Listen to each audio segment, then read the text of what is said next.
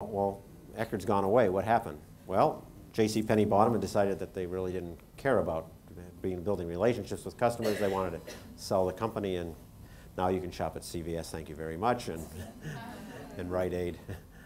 But it is a really good example that the emotional bond that you can build can take away all of the price factors, can take away all the convenience factors. It can really develop loyalty. And guess what? Our pharmacists felt that they were working at one of the best companies they could possibly work for. And it was not an easy job being an Eckerd pharmacist. Fourth one is communicate your strategy. Plain talk. Once again, if you're going to have a new brand strategy, just don't send out a video to everybody and say, this is what it is, now go to work and live up to it. Make sure you communicate it, and that make sure there's understanding. And more importantly, in developing that brand strategy, make sure they have input into it. It is not a marketing function, it is a company function. If you're going to talk about the DNA, the very basic structure of your organization, then everybody has to give you some input. And it's amazing how excited they get once they come up with it. But more importantly, the buy-in is there. You don't have to resell it because they're selling every day to their own staffs. Here's a quick example of it. Giant Eagle food stores up in Pittsburgh. This is an old campaign, but they decided a long time ago food stores were going the price wars, double coupons and everything. And they decided they were going to change it because they were number 3 in the market. And what they decided to do is to say, screw it, we're going to just say we get the lowest prices every day. We're not going to honor coupons anymore. We're just going to stop playing the game. And they told their employees first what they were going to do, and then they went on the air like this in a very simple commercial to tell the marketplace what they were going to do. Did you ever hear of the expression, we won the battle but we lost the war? Well, that's a little bit like shopping for supermarket weekly specials. Now let's face it, every food shop is fighting for the lowest total food bill. When you get a great price on a weekly special, a supermarket lets you think you won the battle. But when you get to the checkout, you've lost the war. You see, supermarkets with weekly specials have to keep their other prices high enough to pay for them.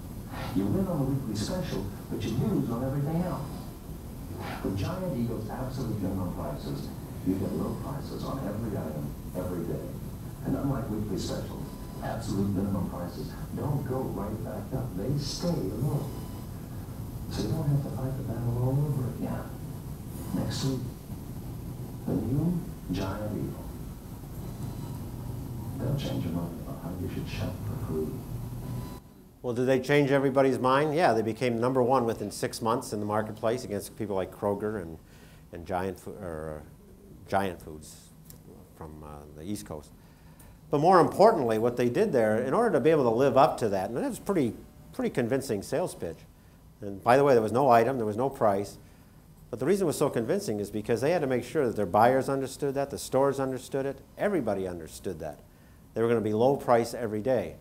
And that's what makes Walmart so successful. Everybody understands that it's going to be, to have the lowest price every day, you've got to contribute it in every part of the business. Finally, the last step, you got to live up to the brand every day. This is the point that I made right at the beginning. It's everybody's job. And you got to understand that it's going to happen that way. When Staples got into the mass market for office products, they realized that they can't just be there and have good price on toner or ink one day and good price on paper the next. They have to consistently have a good price. And by the way, we're going to have a good sense of humor. And they consistently run spots like this, which I think it's a perfect, I think it was before Steve Carell brought The Office to us, but it's office politics at its best. You the new intern? Yeah. What are you doing? Kind of a cost analysis. I think we're spending too much on office supplies, and I found a way to save us a lot of money. You know what? There's another project I need you for. Okay. This is going to save us a lot of money. Good thinking. Thanks. I'm almost done. Oh, I see you met my daughter.